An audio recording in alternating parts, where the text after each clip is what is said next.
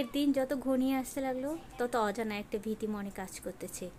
অন্য পরিবারের মতো কি আমার পরিবারটাও অশান্তিতে ভরে যাবে? বউ শাশুড়ির মধ্যে যে নিত্য দ্বন্দ্বগুলো সমাজে আমরা শুনি, এসব কি চলবে? এ ভেবে ভেবে বিয়ের দিনটা চলে এলো। আজ আমাদের বউ ভাত। আলহামদুলিল্লাহ প্রতিটা অনুষ্ঠান দুই পরিবারের খুব আনন্দের সাথে শেষ হলো। বউ ভাতের রাতে সবাই একসাথে খাওয়া দাওয়া করে ঘুমাতে গেলাম। এখনও আমার মনের অজানা ভয়টা রয়ে গেছে, কারণ আমার দুটো বোন আর আমার মা বাবা ছাড়া আর কেউ নেই। রুহি কি সব মেনে নিতে পারবে, বা বাবা মাকে রুহিকে মেনে নিতে পারবে, এই একটা অজানা আশঙ্কা রয়ে গেল। সকালে ঘুম ভাঙলো, দেখলাম রুহি পাশে নেই। নতুন জায়গায় নতুন বউ কোথায় গেল ভেবে পেলাম না। সোজা রান্না করে চলে গেলাম মাকে জিজ্ঞেস করতে। গিয়ে দেখি রুহি রান্না করছে। এই বাড়িতে প্রথম আমার মা ছাড়া অন্য কারো হাতে নাস্তা খেলাম আমরা। সবাই খুব প্রশংসা করলো। শ্বশুর শাশুড়ি থেকে আমার মা বাবা হয়ে গেল রুহির মা বাবা, আর রুহি তাদের বৌমার পরিবর্তে হলো মেয়ে। খুব ভালো সম্পর্ক।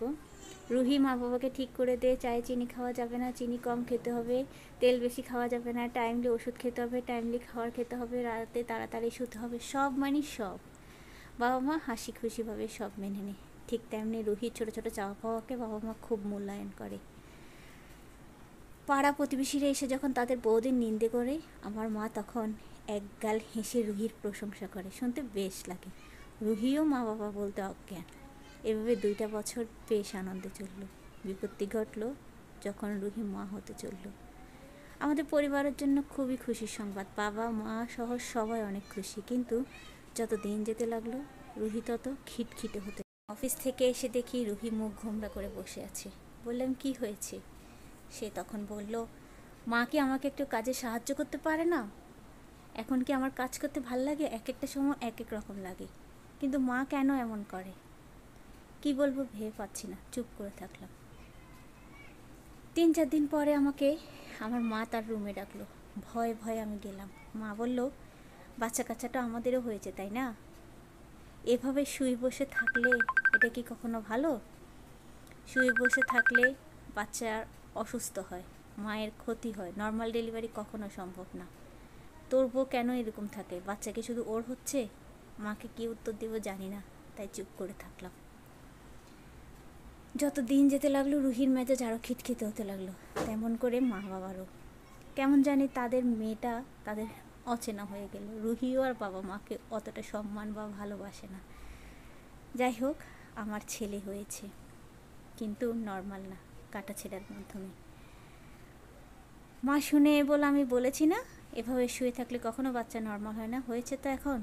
তখন মাকে বললাম, দেখো মা, সব আল্লাহর ইচ্ছা, নর্মাল নাকি সিজার হবে এটা কেউ অগ্রিম বলতে পারে না। মা আমার কথা শুনে খুব রাগ করে রুমের দরজা বন্ধ করে দিল। যাই হোক, রুহিকে নিয়ে বাসায় আসলাম। ওর নানা নানু ওর মা ওর সাথে নাম মিলিয়ে রাখলো রোহান, আমার ছেলের নাম।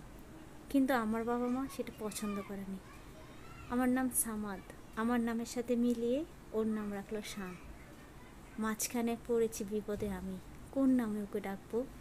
রোহান ডাকলে বাবা মা কষ্ট পায়, শান ডাকলে রুহি কষ্ট পায়। কী নামে ডাকবো নিজের ছেলেকে? খুঁটিনাটি মতবিরোধ চলতেই লাগলো। রোহান খেতে না চাইলে রুহি খুব বিরক্ত হয়, মাঝে মাঝে ওকে মারে, যেটা বাবা মা সহ্য করতে পারে না। আস্তে আস্তে রোহান বড় হচ্ছে। তার যখন 5 বছর হলো, মা বললো রোহানকে মাদ্রাসায় দিব। কিন্তু রুহির এক কথা, তার ছেলে স্কুলে পড়বে, রুহির কথা মতো ওকে স্কুলে ভর্তি করালাম। ওকে পড়াশোনার দায়িত্ব রুহির, তাই মাঝে মাঝে ওকে বিরক্ত হলে মাইরতে, যেটা বাবা মা সহ্য করতে পারে না। একদিন বাবা ডেকে বলল, তোরা এই বাসা থেকে চলে যা। আমি বললাম, কেন বাবা, কি হয়েছে? বলে, কি হবে, তোর বউকে জিজ্ঞেস কর, আমাদের জন্য তোর ছেলে নাকি নষ্ট হয়ে যাচ্ছে, তোর ছেলেকে ভালো করে মানুষ কর, চলে যা এখান থেকে। রুমে এসে রুহিকে বললাম, কি হয়েছে রুহি? সে অত্যন্ত রাগান্বিত স্বরে বলল, কি আর হবে, আমার ছেলে আমি জন্ম দিয়েছি, কিন্তু আমার কোনো অধিকার আছে তাকে শাসন করার? ও কি করবে না করবে সব তো ঠিক করবে তোমার বাবা মা, তাই না? আমি এখানে আর থাকতে পারবো না, তুমি তাড়াতাড়ি বাসা দেখো। কী বলবো কিচ্ছু বুঝতে পারলাম না, চুপ করে থাকলাম। ভেবেছি সব ঠিক হয়ে যাবে, কিন্তু কিচ্ছু ঠিক হয়নি। অগত্যা আমাকে ভাড়া বাসা নিতে হলো।